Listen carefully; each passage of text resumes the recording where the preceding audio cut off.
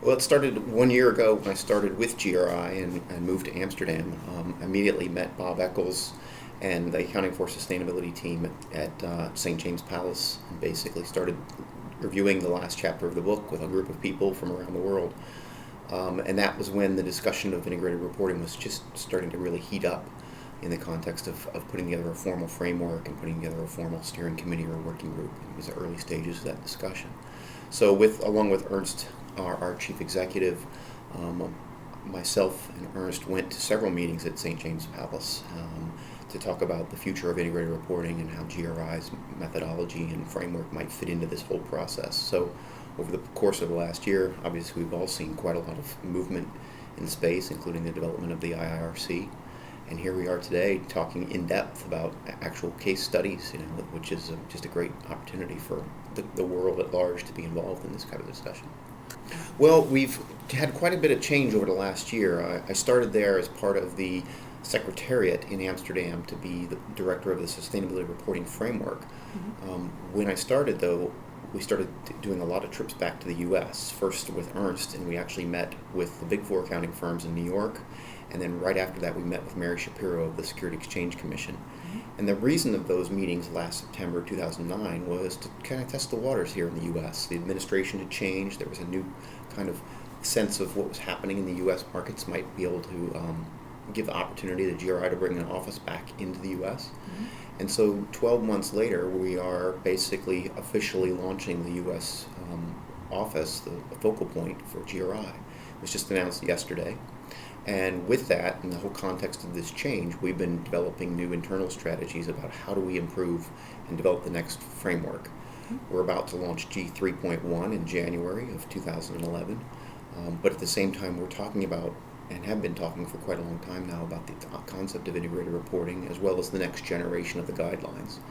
Earlier this month, in October, our board met in Amsterdam and decided to give us the green light to move forward on the G4. The G4 is a stepping stone towards integrated reporting. So today's meeting and the discussions today, we're rolling out our official position and plans for that strategy and that work plan, which will roll out over the course of the next 2 years. There's going to be certainly a lot of movement in this space. I mean, it's quite interesting to see already the number of companies that are stating that they're doing integrated reporting.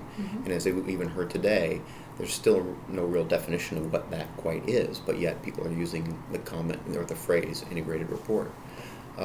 There's no doubt in our mind that there's going to be a move in this direction by a number of companies, and the majority of those that are talking about integrated reporting have built their approach around GRI to get started. So as GRI is being recognized as the leading sustainability reporting framework out there, we will have a lot of involvement in the future of that area. Partly that's going to be involved directly our relationship with Accounting for Sustainability and as a co-secretariat of the IIRC, so we'll be working very closely with that initiative. And then of course our chairman of our board, Mervyn King, is also involved in the IIRC as well. And so with Mervyn King's background with the King 3 report and his work down in Johannesburg Stock Exchange and in South Africa, etc., there's just some obvious steps for GRI to be taking along this path with the IIRC. The challenge will be, I mean, a lot of it comes up in today's discussion. The challenges are having a multi-stakeholder approach like it is. You've got a lot of different opinions. I mean, not only is it difficult to schedule a meeting to get all these people together, but to get them to all agree on something will be quite an effort in and of itself. And GRI has been doing this kind of work for a long time with the guidelines themselves, so we're no novice to this kind of process. The other thing is what came up a lot today in today's discussions here is, are we trying to fix something that can't be fixed? The reporting systems, the financial reporting systems are out there, have failed us multiple times. And here we are trying to improve something that, quite frankly, could be completely broken. I mean, everything's measuring something with a view towards infinite amount of capacity or infinite amount of resources. We have one planet. And we're starting to realize and measure that more, and it's actually starting to eke into our conscious in a way that governments are starting to recognize this too. So quite a challenge in front of us, and from the discussions that happened today as well, there is an urgency to addressing these issues. However, there's a lot of people and a lot of agreement that needs to come, and so it could be quite a long haul. I think we're on the right path by the type of meeting we're having today and the work that's already being done by the IIRC. I think probably some areas that we probably should be thinking about more strategically or possibly more comprehensively is the idea of a single planet. I mean, we've seen and touched on things like the Global Footprint Network's ecological footprint, and we see how they're working with the World Business Council and Sustainable Development and looking at the Human Development Index. But there aren't a lot of companies that touch on those areas, quite frankly. There's only one that I've ever seen in the world, and that's Philips, who actually uses that ecological footprint methodology to look at their impact. Mm-hmm. So, given that we are faced with a finite amount of natural resources, how do we start to really develop accounting with a view towards the end of business or the end of our natural resource? Mm-hmm. The only two industries that I know of that do that are mining and metals and oil and gas, where they actually put into their accounting statements the reserves or the mining plan, the 30-year mine plan. Mm-hmm. Every other industry works as though everything's going to last forever. Well, it'd be nice, but it doesn't always work that way. It's been interesting over the course of the last 12 months coming back and doing a series of visits here with U.S. businesses and business organizations, professional and trade associations. There's an incredible amount of interest in the U.S. for sustainability, of course.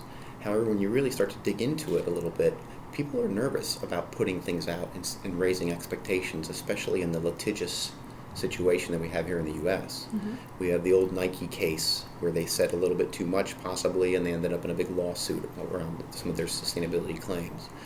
Well, now we're in a similar spot where we're seeing some companies start to talk about some new things like integrated reporting and pushing forward in a new way, but it makes the majority of companies nervous.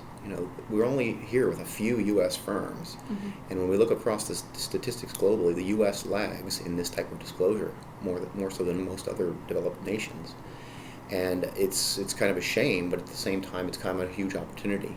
If we can explain to the U.S. companies that it's okay to be transparent on these issues. In fact, it's rather ridiculous that you're not being transparent given that all of your other competitors in your sector are talking about these issues and actually providing numbers on these issues. I think we have an opportunity to really open up the door on disclosure.